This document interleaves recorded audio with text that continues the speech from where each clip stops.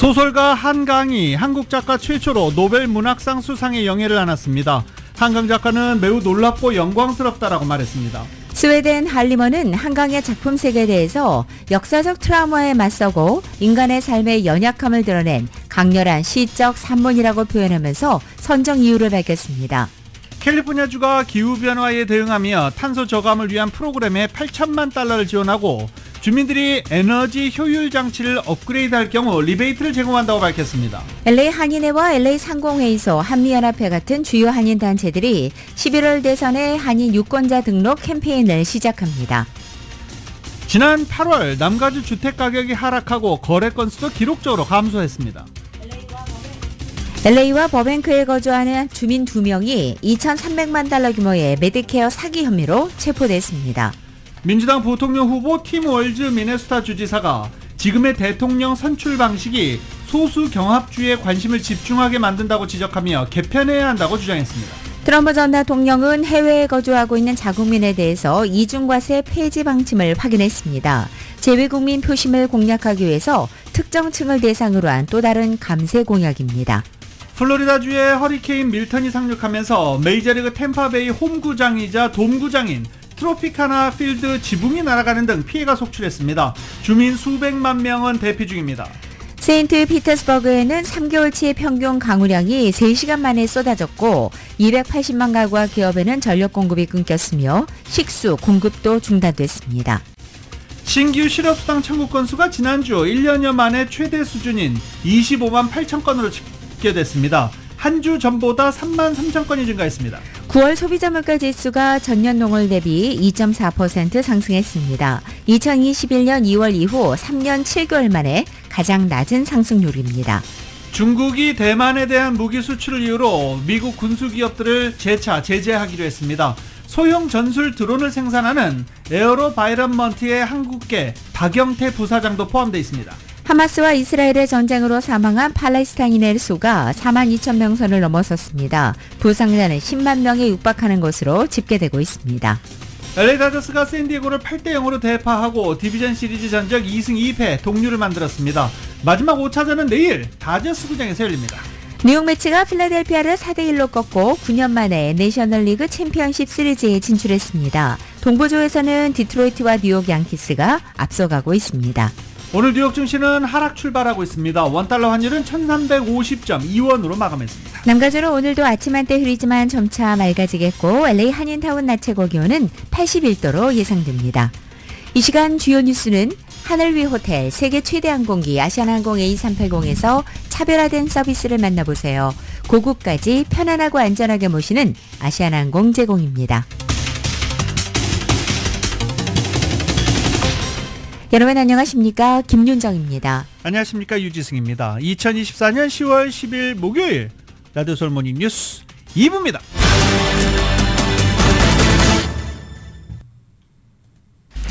The Nobel Prize in Literature for 2024 is awarded to South Korean author Han Kang for her intense poetic prose that confronts historical traumas and exposes the fragility of human life. Jag nådde precis Han Kang i sitt hem. 스웨덴 할리몬에서 한강 이름을 외치는 순간입니다. 소설가 한강이 한국 작가로 최초로 노벨 문학상 수상의 영예를 안았습니다. 한국인이 노벨상을 수상한 것은 지난 2000년 노벨 평화상을 탄 고 김대중 전 대통령에 이어 두 번째입니다. 스웨덴 할리먼은 오늘 올해 노벨 문학상 수상자로 한국의 작가 한강을 선정했다라고 밝혔습니다. 할리먼은 한강의 작품 세계를 역사적 트라우마에 맞서고 인간의 삶의 연약함을 드러낸 강렬한 시적 산문이라고 표현하면서 선정 이유를 밝혔습니다. 할리먼은 이어 한강은 자신의 작품에서 역사적 트라우마와 보이지 않는 지배에 정면으로 맞서며 인간의 삶의 연약함을 드러낸다며 그는 육체와 영혼, 산자와 죽은 자 간의 연결에 대해 독특한 인식을 지니며 시적이고 실험적인 문체로 현대 산문의 혁신가가 됐다고 부연했습니다. 현 세대를 대표하는 작가로 꼽히는 한강은 앞서 2016년 채식주의자로 세계적 권위의 맨부커 상에서 영연방 이외 지역 작가에게 주는 인터내셔널 부문을 한국인 최초로 수상하면서 국제적인 명성을 쌓았습니다. 맨부커상은 노벨 문학상, 콩쿠르상과 함께 세계 3대 문학상으로 꼽힙니다. 노벨상 수상자에게는 약 100만 달러, 1,100만 크로나와 메달 증서가 수여됩니다. 또 문학상 오늘 발표에 이어서 내일은 평화상, 14일에는 경제학상 수상자가 발표될 예정입니다. 노벨상 시상식은 알프레드 노벨의 기일인 12월 10일 스웨덴 스톡홀름과 노르웨이 오슬로에서 열립니다. 한국의 소설가 한강의 노벨문학상 수상 소식을 오늘 아침 뉴욕타임즈와 워싱턴 포스트, CNN 같은 미국의 주요 언론들도 비중 있게 다루고 있습니다. 언론들은 오늘 아침 채식주의자, 소년이 온다 등에 투영된 이 한강의 작품 세계를 소개하면서 평론가들의 평가를 전하고 있는 것입니다. 먼저 뉴욕타임즈는 한 작가의 2016년 인터뷰 내용을 소개하면서 작가가 9살 때 경험한 광주 민주화운동 강제진압이 인간의 폭력성에 대한 그녀의 관점을 형성했고 그것이 작품에 반영돼 왔다라고 전했습니다. 또 평론가 프로치스카 카푸어가 뉴욕타임즈의 채식주의자 리뷰에서 한 작가에 대해 한국에서 선견자로 정당하게 칭송받아왔다고 평가했다고도 보도했습니다. 또한 한 작가의 노벨상 수상은 놀라움이었다면서 발표 전 도박사들은 중국 작가 찬최를 유력 후보로 꼽았다고도 소개했습니다. CNN은 작가의 단편 소설인 에로우파 등장인물이 당신이 원하는 대로 살 수 있다면 인생에서 무엇을 할 것인가요? 라는 던진 질문이 한 작가 작품 다수에 투영돼 있다고도 소개했습니다. 워싱턴 포스트는 한강의 대표작인 소년이 온다를 합창에 비유한 평론가 라라 팜크르트의 평론을 소개했습니다. 그 합창에는 죄도 없이 가족을 잃은 사람, 학자, 투옥된 사람들, 과거의 상처를 견디기 위해 분투하는 사람들의 목소리와 심지어 육신에서 분리된 영혼의 목소리까지 담고 있다며 해당 평론이 평가했습니다. 워싱턴 포스트는 또한 한강의 소설인 작별하지 않는다가 내년 1월 호가스 출판사에 의해서 미국에서도 출판된다고 소개했습니다. 이번 한 작가의 수상과 노벨문학상의 다양성 강화 모색 흐름을 연결하는 분석도 나와 있습니다. 뉴욕타임즈는 최근 몇 년 동안 스웨덴 할리먼은 여성 수상자 수와 유럽, 북미 이외 지역 출신 수상자 수가 적다는 비판에 직면한 이후 수상자의 다양성을 높이기 위해서 노력해왔다면서 2020년 수상자인 루이스 엘리자베스 굴릭과 2021년 수상자 압둘라다크 구르나 또 2022년 수상자인 아니 에르고 등 2020년대의 여성과 유색인종 수상자를 열거하기도 했습니다. CNN은 1901년 이래 117명의 노벨문학상 수상자 가운데 여성은 18번째, 그리고 한강은 한국인 첫 수상자라고 소개했습니다. 노벨문학상 수상 발표는 한국 시간으로 저녁 시간에 이루어졌습니다. 때문에 많은 사람들의 이야기가 나오지는 않고 있는데 내일 보다 다양한 소식 전해드릴 수 있을 것으로 기대하고 있습니다.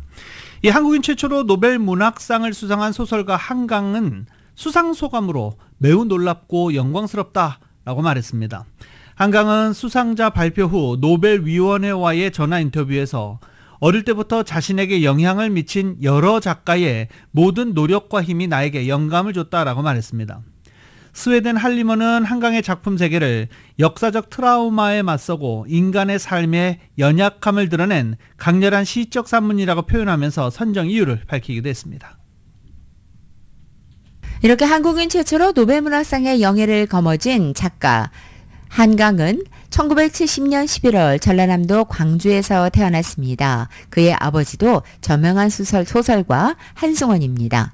한강은 1993년 대학 졸업 뒤 이 잡지 샘터에서 기자로 근무하면서 본격적으로 습작을 하기 시작했고 그해 개간문예지 문학과 사회 겨울호에 서울의 겨울 같은 시 4편을 실으면서 시인으로 먼저 등단했습니다. 이듬해 1994년도에는 서울신문 신춘문예에 단편 붉은 닻이 당선되면서 소설가로 데뷔했습니다.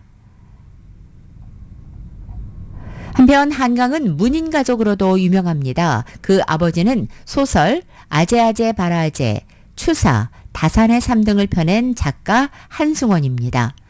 85세인 한승원은 올해 초 자전적인 내용의 장편소설 사람의 길을 펴내는 등 여전히 왕성하게 집필을 이어가고 있습니다.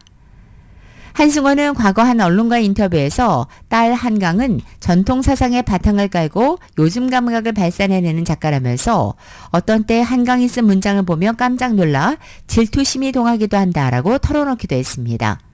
한승원과 한강은 국내 최고 소설 문학상으로 꼽히는 이상문학상을 부녀 2대가 수상하는 진기록도 세웠고 한강의 오빠 한동님 역시 소설가로 작품 활동을 했습니다.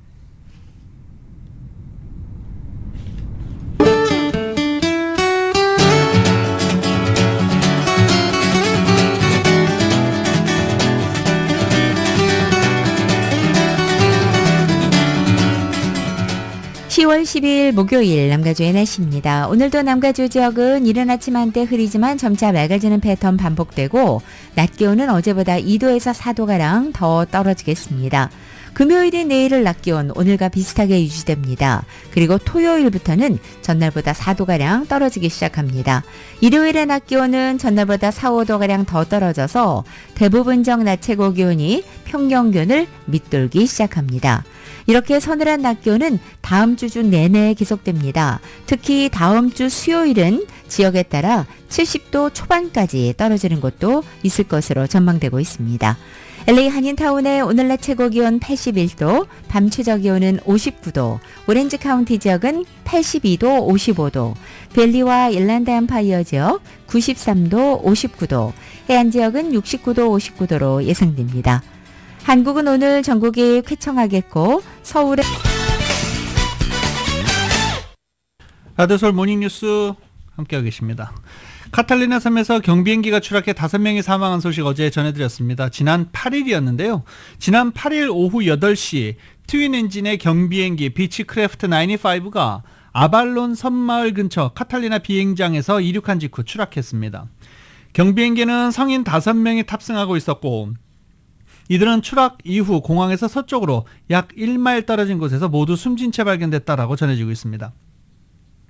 이 비행장은 LA 해안에서 약 25마일 떨어진 카탈리나 아일랜드에 해발 1602피트 고도에 위치해 있어 하늘 위의 공항이다라는 별명을 갖고 있습니다.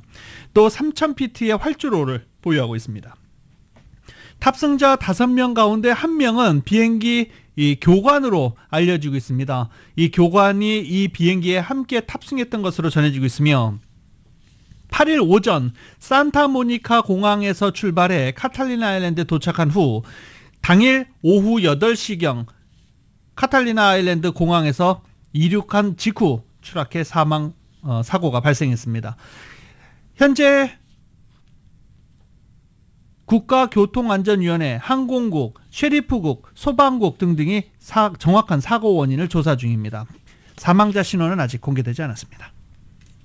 연방하원 47지구에 도전하는 네이버민 가주상원의원의 선거 팻말을 아시안 비하 문구로 써서 훼손했던 용의자가 체포됐습니다.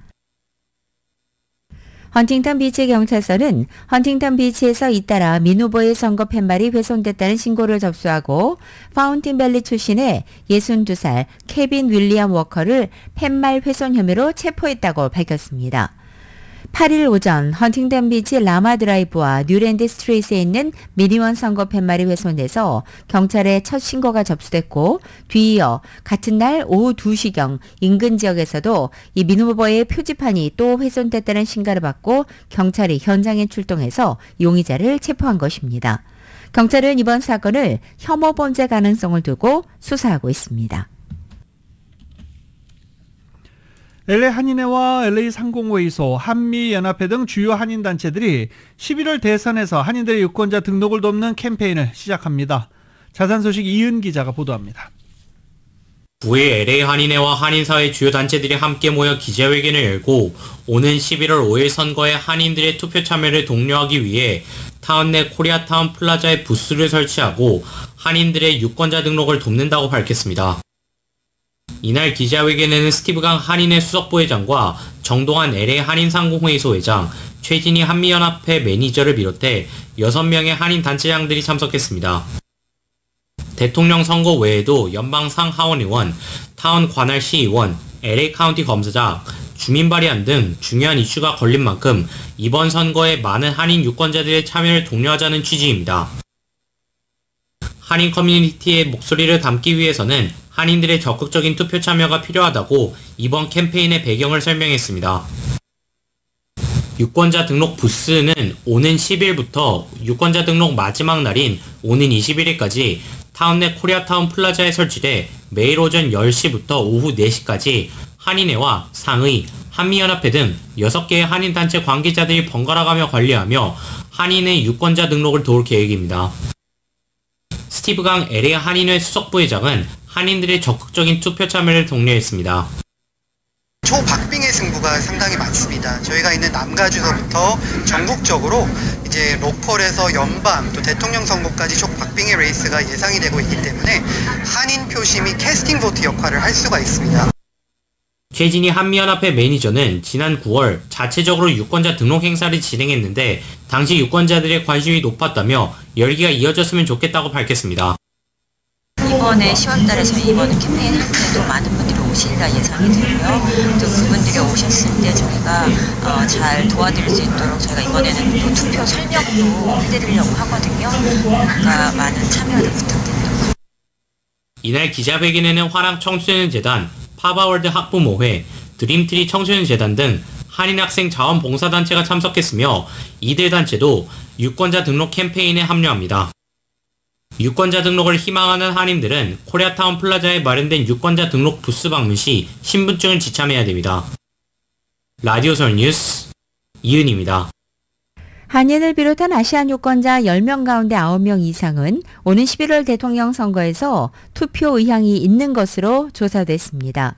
어제 미주 한인 봉사교육단체 협의회에 따르면 지난 8월 한 달 동안 미 전역 7개 주에 거주하는 18세에서 49세까지의 한인 등 아시안 유권자 628명을 대상으로 실시한 여론조사 결과 전체 응답자의 95%는 11월 대선에 투표하겠다는 의사를 밝혔습니다. 지지하는 대통령 후보에 대한 질문에는 전체 응답자 70%가 민주당 후보인 카말라 해리스 부통령을 지지한다고 답변했고 공화당 도널드 트럼프 전 대통령에 대한 지지도는 22.3%에 그쳤습니다.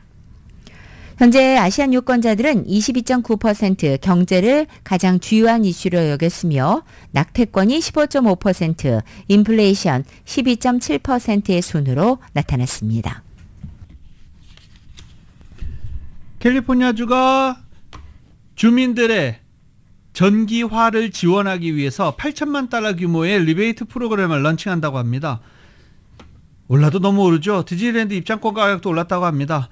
이 관련 로컬 소식 보도국에서 전해드립니다. 캘리포니아주가 가주 전역의 다가구 세대의 전기화를 지원하기 위해 8천만 달러 규모의 리베이트 프로그램을 론칭했습니다. 캘리포니아 에너지위원회가 발표한 이 프로그램은 중저소득 주택 소유자, 다가구 건물 소유자가 전기 스토브와 열펌프와 같은 에너지 효율적인 업그레이드를 할 경우 리베이트를 해줍니다. 다가구 주택에 대한 리베이트 신청은 현재 진행 중이며 앞으로 수주 내에 단독주택에 대한 신청이 시작될 예정입니다. 다가구 주택에 대한 리베이트는 세대당 $700에서 $8,000 사이이며 소득 수준에 따라 최대 $14,000까지 가능합니다. 단독주택 리베이트는 가구 소득에 따라 $4,000에서 $8,000 사이입니다. 지역 중간 소득의 80% 이하의 소득인 저소득층 가구는 더 높은 리베이트를 받을 수 있습니다. 이 프로그램은 주로 온도 조절과 유리의 화석가스에 의존하는 건물들의 탄소 배출을 줄이고 온실가스 배출을 감소시키며 주택을 기후 변화에 더 탄력적으로 만들기 위한 주 정부 노력의 일환입니다.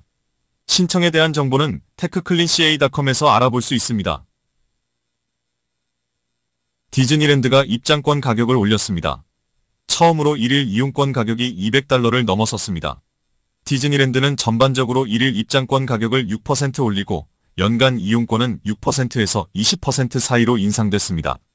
가장 비싼 1일 원파크 입장권이 처음으로 $200를 넘어섰습니다.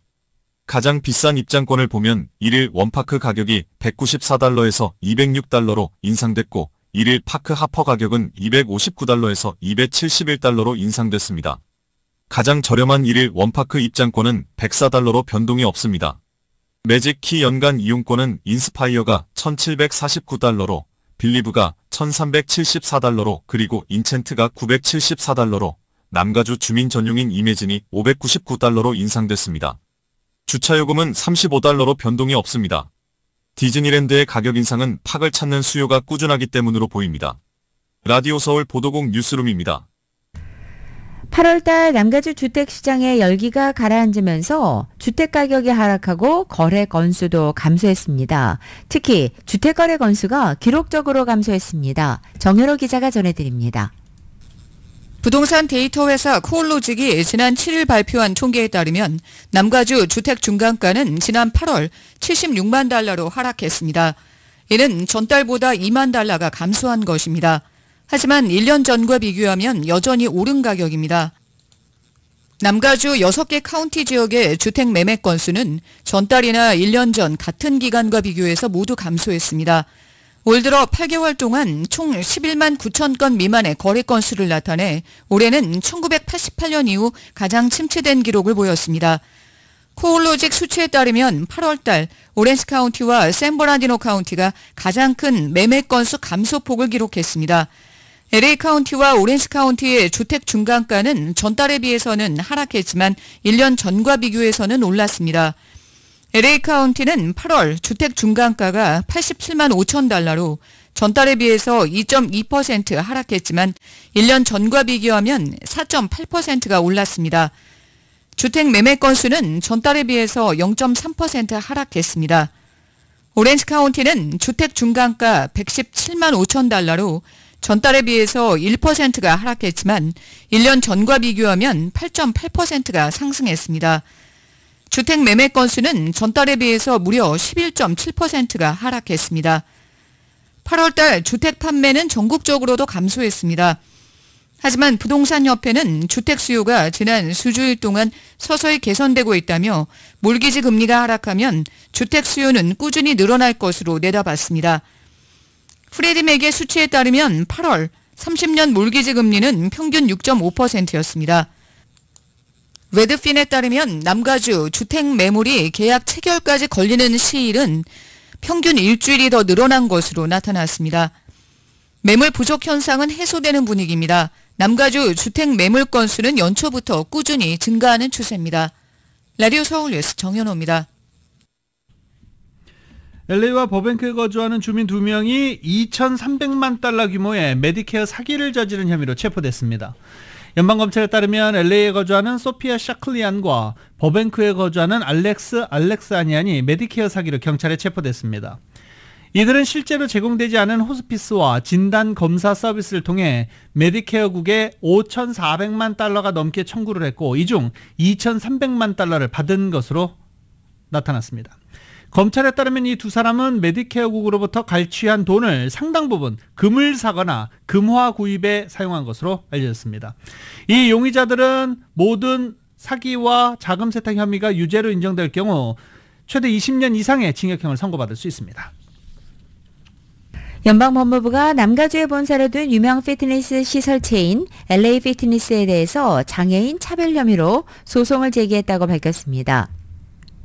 연방법무부는 얼바인에 본사를 둔 피트니스 인터내셔널 LLC를 연방장애인법 ADA 위반 혐의로 고소했다면서 이 피트니스 인터내셔널 LLC는 미 전역에 약 700개의 지점을 두고 있는 LA 피트니스의 법인명이라고 설명했습니다. LA 피트니스는 장애인에게 동등한 서비스와 시설 접근을 제공해야 하며 건물의 구조적 장애물을 제거해서 장애인이 시설을 이용하거나 접근이 가능하도록 유지해야 하고 이에 대한 추가 요금을 부과하면 안 되지만 실제 이 같은 규정들이 지켜지지 않고 있어 소송을 제기했다고 밝혔습니다. 토렌스에서 개에 물린 생후 1개월 된 아기가 사망했습니다. 지난 화요일 오후 12시 30분경 토렌스 경찰국 소속 경찰관들은 2700 마사 에비뉴에 있는 한 주택에 동물 관련 신고가 접수돼 현장에 출동했다라고 밝혔습니다. 현장에서는 개에 물린 생후 1개월 아기가 있었고 병원으로 즉각 이송했지만 사망했습니다. 사건 현장에 있던 해당 개와 다른 여러 마리의 개들은 토렌스시 동물관리소에 의해 보호 조치 중입니다. 동물관리소 관계자들은 경찰 수사가 진행 중이라며 사건에 대한 언급을 거부했고 경찰도 아기의 신원 그리고 아기 부모의 신원도 공개하지 않았습니다. 정확한 사인은 현재 검시국에서 발표할 예정으로 알려지고 있습니다. 개가 애완견인지 아니면 다른 집의 개인지 정확한 사고 내용은 아직 아무것도 공개되지 않은 상태입니다. LA 오토쇼가 11월 22일에 개막해서 12월 1일까지 LA 다운타운 컨벤션 센터에서 개최됩니다. 이외 타운 소식 이은 기자가 전해드립니다. LA 오토쇼가 오는 11월 22일에 개막해 12월 1일까지 LA 다운타운 컨벤션 센터에서 개최됩니다. 올해 오토쇼에서는 한층 더 다양한 자동차 업체들이 참여해 하이브리드와 전기 차량 등을 선보일 예정입니다. 데이비드 포틴 LA 오토쇼 마케팅 부사장은 9일 저희 라디오 서울 방송을 찾아 LA 오토쇼는 매해 다양한 자동, 시스템을 선보여 오토쇼를 방문하는 주민들에게 새 모델을 체험할 수 있는 기회를 제공해 주었다고 밝혔습니다. 오토쇼를 방문하는 한인들이 자신의 니즈에 맞는 차량을 확인하기를 바란다고 덧붙였습니다. 오토쇼에서는 행사에 참가한 한인들이 차량에 직접 탑승할 수 있는 기회까지 제공되기 때문에 참가자들이 자신에게 필요한 차량에 시승해보는 것이 가장 특별한 경험이 될 것이라고 설명했습니다. I would highly recommend to anybody visiting to make sure you actually get inside cars, because not only the ones on the floor that you can kind of do yourself, but Electric Avenue is a 1-mile test drive with all different electric models, and a lot of people haven't experienced an electric car. 컨벤션 센터의 경우 사우스와 이스트 쪽에 주차할 수 있는 공간들이 넓기 때문에 주차는 걱정하지 않아도 된다고 밝혔습니다. 올해 오토쇼 티켓은 한국일보 웹사이트 www.koreatimes.com에 게시된 링크에 접속해 구매할 수 있습니다. 8일 엘렌 아사트리안 글렌데일 시장과 시의회 의원들이 글렌데일 시청에서 주재한 한글의 날 선포식에서는 글렌데일 시와 한인 주민들과의 강한 유대를 강조했습니다. 이날 지역사회 지도자와 학생들이 연사로 나와 한국어가 삶에 미치는 중요성에 대해 성찰하고 글렌데일 시의 배려에 감사를 표했습니다. 이날 연사로 한국과 글렌데일 자매도시협회를 대표하는 이창엽 씨와 LA 총영사관의 이지은 교육영사, 허버트 후보 고교와 크레센타밸리 고교 학생들이 출연했습니다. 허버트 후보 고등학교의 제레미 스펄리 교장과 후보의 한국어 교사인 제시 림 씨, 한인 학부모들과 지역사회 구성원들이 참석해 한국의 유산을 기리는 공동체적 자부심을 반영했습니다. 글렌데일 시에서는 이 지역 시립도서관에 평화의 소녀상을 설치하는 것도 앞장서고 한국의 보은, 고성, 김포 등 도시와 지속적인 우정을 다져오는 등 한인사회와 친밀한 관계를 맺고 있습니다. 라디오설 뉴스 이윤입니다.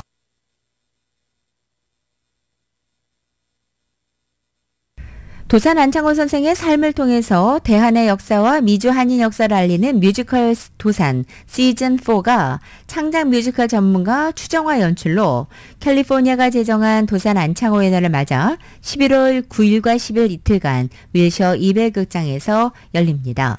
이번 공연에는 파페라 가수인 테너 최원현과 팬텀 싱어 1의 준우승팀인 인기현상의 멤버 백인태, 유슬기 등이 출연합니다. 무대 예술인 그룹인 시선이 제작한 이 뮤지컬은 지난 2019년 3.1 만세운동 100주년을 기념해서 제작됐습니다. 리버사이드에서 첫 공연이 열린 이후 윌셔 200극장에서 두 번째 공연이 열렸고 2022년도 라미라다 극장에서 세 번째 무대가 올려진 바 있습니다. 이번 네 번째 공연은 11월 9일 오후 3시 7시 30분, 다음 날인 10일 오후 3시 7시 30분 모두 4차례 열립니다. 티켓은 온라인과 전화로 구입할 수 있고 10명 이상의 단체 구입은 이 30% 할인도 적용됩니다. 라디오 서울 모닝뉴스 2부 듣고 계십니다. 플로리다주의 허리케인 밀턴이 상륙하면서 프로야구장 지붕이 날아가고 260만 가구가 정전되는 등 피해가 속출했습니다. 비상체제에 돌입했지만 기록적인 폭우와 강풍 곳곳에 강타하고 있습니다. 국립 허리케인 센터는 밀턴이 플로리다 서부 쇠로스타 카운티에서 이 시에스타 키 해안에 상륙했다라고 밝혔습니다. 상륙 당시 허리케인 5등급 가운데 3등급이었던 밀턴은 1시간 반여 만에 2등급으로 세력이 약해졌고 오늘 새벽에는 1등급으로 약화됐습니다. 하지만 최대 풍속으로 도시 곳곳을 핥히고 지나가 피해를 남겼습니다. 이 세인트 피터스버그에는 폭우와 함께 강풍이 불면서 템파웨이 레이스의 홈구장 트로피카나 필드의 지붕이 뜯겨나갔습니다. 경기장 내부 피해 상황은 아직 확인되지 않고 있지만 크레인도 여러 대 쓰러졌습니다. CNN에 따르면 세인트 피터스버그에 내린 비는 228.6mm입니다. 이 지역의 3개월 평균 강우량이 3시간 만에 쏟아진 것으로 CNN은 1000년에 한 번 내릴까 말까한 비의 양이다 라고 비교했습니다. 수도관도 파손돼 식수 공급이 모두 중단됐습니다. 플로리다 전역에는 전기 공급도 원활치 않습니다. 정전 현황 집계 사이트 파워 아우티지에 따르면 280만 가구와 기업체의 전력이 끊긴 상태입니다. 이동식 주택단지의 집 100여 채가 파손됐고 사망자도 발생했습니다. 사망자는 아직 몇 명인지는 공개되지 않았습니다. 론 디센티스 플로리다 주지사는 피해 발생에 대비해 플로리다와 다른 지역의 주 방위군 9천여 명, 가스, 전기 등 주요 기반시설 근로자 5만여 명, 개솔린 공급을 위한 유조차와 호위 순찰자 등을 대기시키거나 배치했다라고 밝혔습니다.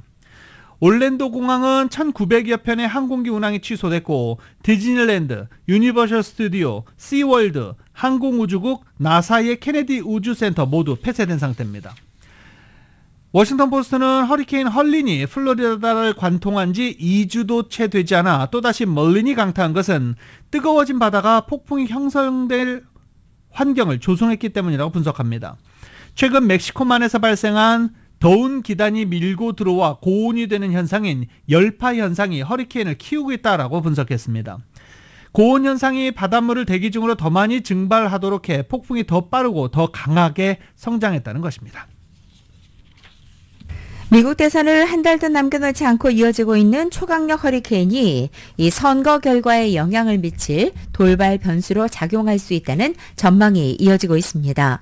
워싱턴 포스트는 어떤 옥토버 서프라이즈, 즉 미국 대선에 임박해서 이번 10월에 발생하는 돌발 변수가 올해 선거에 영향을 미칠 수 있고 현재로서는 허리케인의 파급력이 가장 커 보인다고 지적한 것입니다. 미국에서는 허리케인 헐린이 이미 2005년 카트리나 이후 본토를 강타한 허리케인 가운데 최악의 사상자를 기록했고 100년 만에 초강력 허리케인으로 평가됐던 밀턴이 피해로 비상이 걸린 상황입니다.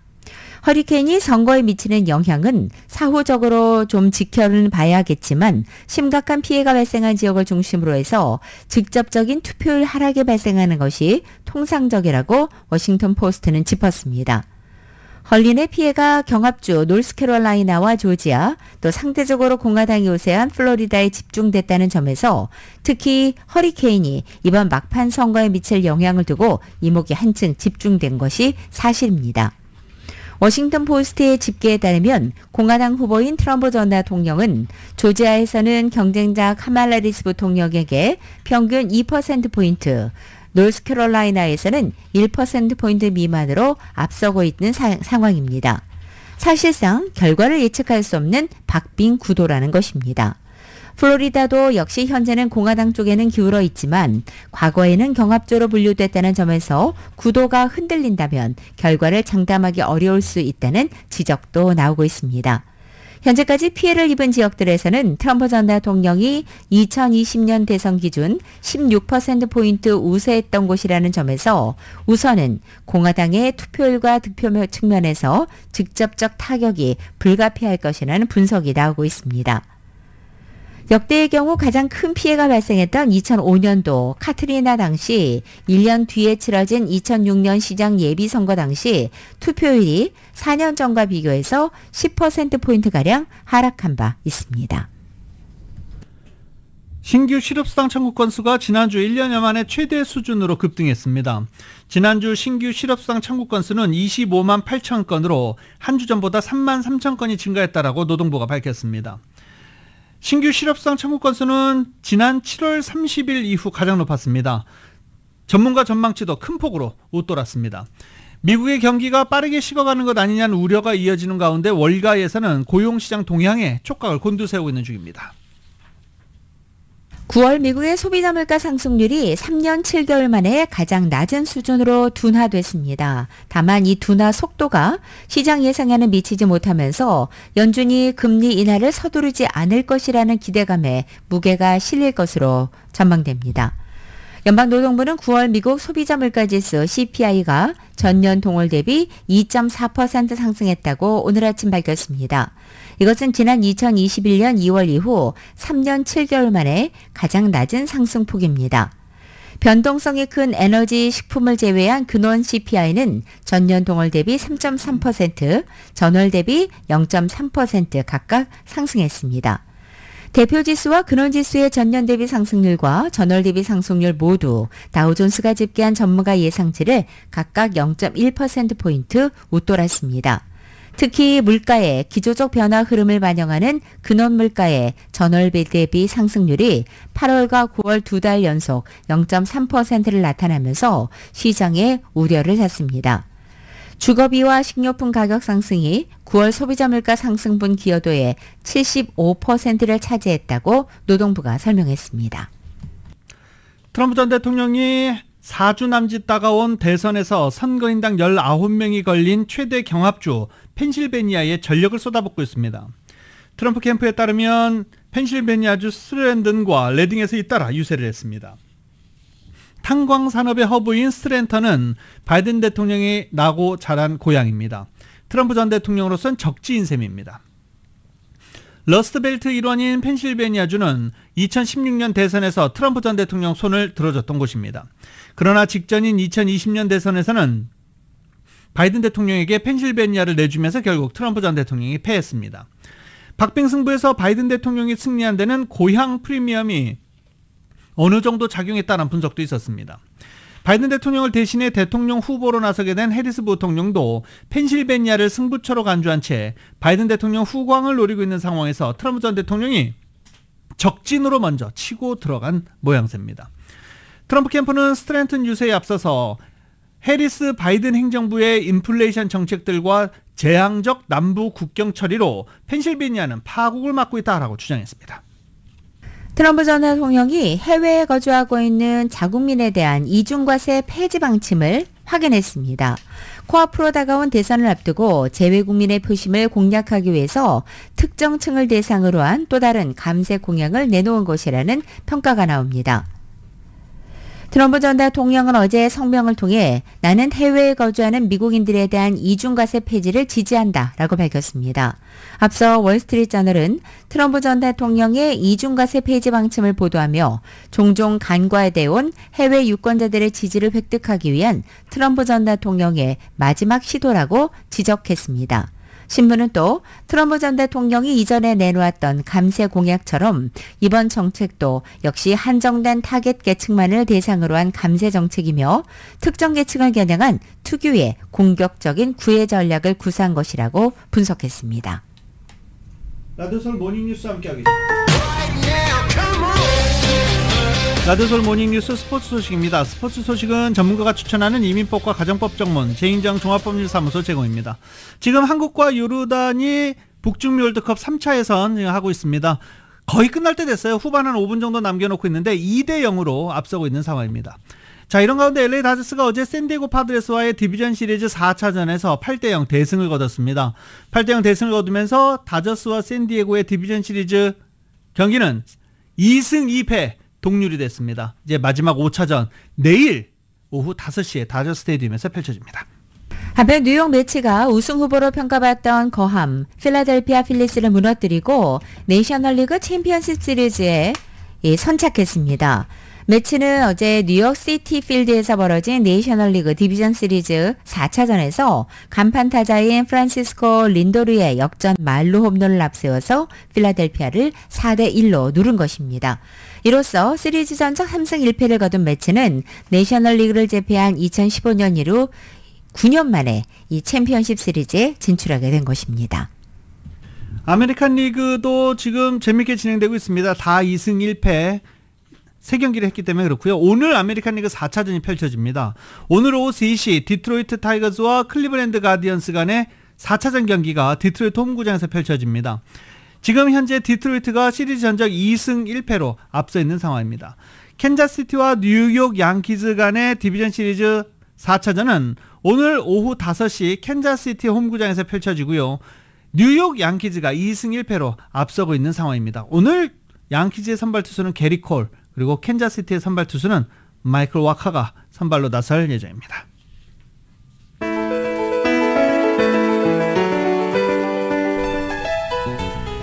(2024년 10월 10일) 목요일에 전해드린 라디오설 모닝뉴스 여기서 마치겠습니다. 지금까지 진행의 유지승, 김윤정이었습니다. 잠시 후 9시에는 강혜신의 오늘의 미국이 방송됩니다. 함께해 주신 여러분 고맙습니다.